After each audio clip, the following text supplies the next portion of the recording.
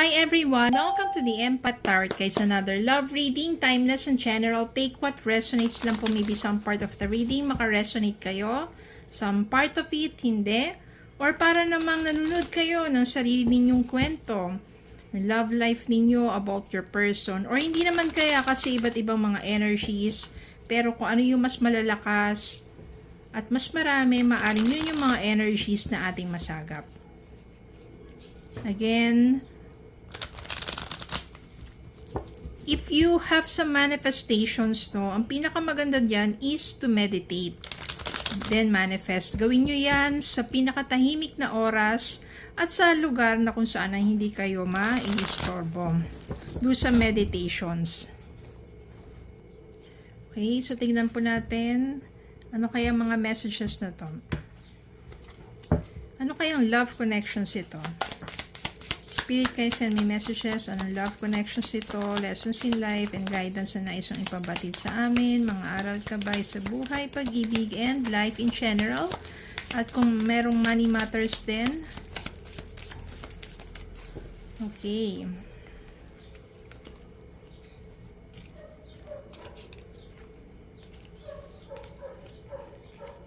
The Hangman. 9 of Cups. The Hermit. 3 of Pentacles. 8 of Swords. Page of Wands. 8 of Pentacles. 9 of Swords. The High Priestess. Yan, dito yan sa gitna. So, meron ditong The Hangman. Ito yung time for reflection. Yan. Kasi parang iniisip mo, ano na bang mangyayari sa iyong love life? Ano na bang mangyayari sa inyong connection? O, time of reflection, wala pang, parang wala. Stagnant. Ganyan. Nakahang lang ang lahat. Pero you still, ito yung wish fulfillment mo. Ibig sabihin yan, you're still waiting for that fulfillment at aring mangyari ito.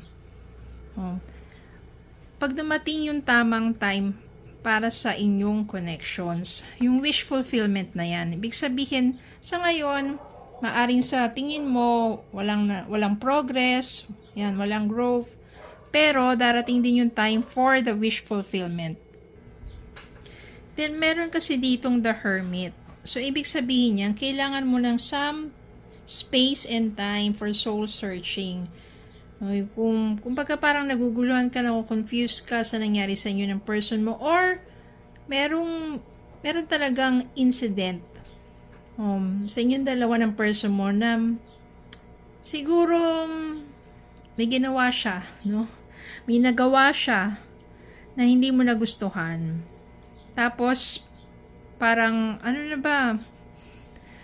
Meron pa bang kahantungan na maganda ang inyong pagsasama, ganyan. So, soul searching, it's time to give yourself some space or distance and time to think, ano ba talaga ang your heart's desire, no, para sa inyong dalawa. Kasi, ito nga, maaari talaga may nagawa sa iyo ang person mo na siguro hindi mo pa talaga nakakalimutan at hindi mo maalis-alis sa isipan mo at yun yung talagang naging trauma mo.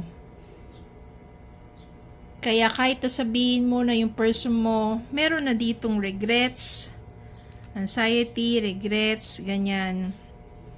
Na paulit-ulit ka na niya sinusuyo o humihingi na ng patawad sa'yo, hindi mo pa rin maalis sa isipan mo yung bagay na nagawa, nasabi, o naging kasalanan niya sa'yo. High Priestess, no, ibig sabihin yan, you have to listen to your inner knowing. Ano ba yung hangad talaga ng puso mo? Tapos nandito yung Page of Wands. Alam mo, makakatulong tong space and time, soul searching na to. To think about you and your person, kung ano ba talaga ang nais mo.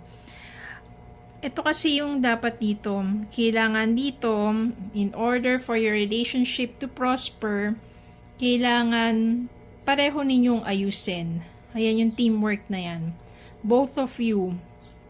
Kung yung person mo, maaring ito na nga, may mga regrets na, ask forgiveness, at gusto na niyang ayusin, pero ikaw, ayan, hindi mo pa rin natatanggap yun.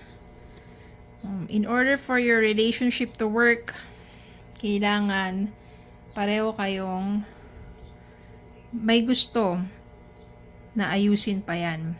Well, darating yung time siguro maybe after some, ito nga soul searching mo, maybe you will realize na you need some patience, no? Especially, you can still sense naman that your person, yan, maaring hindi naman niya talagang kagustuhan na masaktan ka, pero ito, nafe-feel mo pa rin, nasa-sense mo pa rin naman talaga na yung person mo, meron pa rin desire and passion to work things out between the two of you. Kailangan nyo lang ito, patience, at saka at the same time talagang trabahuin pa, ayusin, ano pa yung kailangan yung adjustment, understanding, support, siguro para makilala pa yung isa't isa. Yan. And ito na nga yung teamwork, which is kailangan pareho kayo i-work out ninyo. Okay, tignan pa natin ano pang ibang energies dito.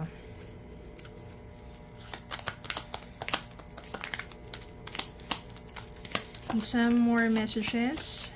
Okay, we have here Three of Cups and the Star. So, Three of Cups and the Star. Ito. Merong hope, meron namang pag-asa sa relationship ninyo kasi maaring ang inyong connection ay nagsimula sa pagiging magkaibigan at maaring naging malalim yung pagiging pagkaibigan na yan at tumantong nga sa inyong dalawa romantic relationship na. So, kaya siguro masyado ka nasaktan din, no? Pero hindi naman basta-basta na sabi natin mabubuwag yan. Kaya, ito nga, yung person mo, thinking, nagkakaroon na siya ng stress, di minsan, hindi yan makatulog, kakaisip sa'yo, sa nagawa niya.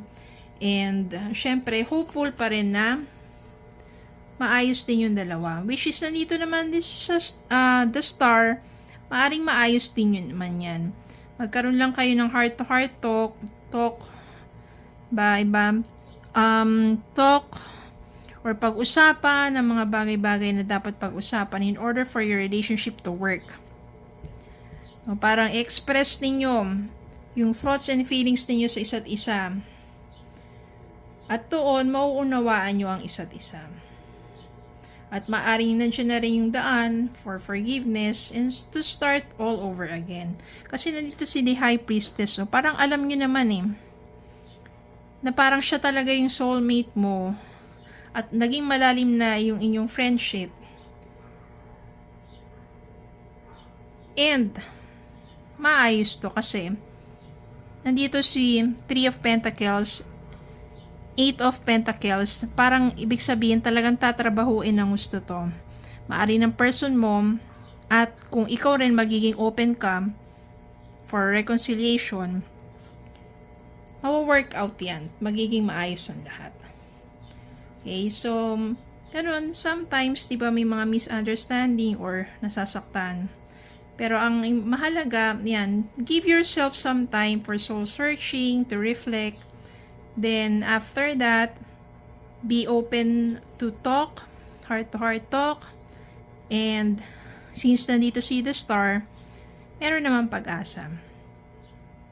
Okay, so yun lang po. Maraming salamat po for watching. Please don't forget to like, share, comment, subscribe pa rin Facebook and YouTube. Have a good day po and God bless.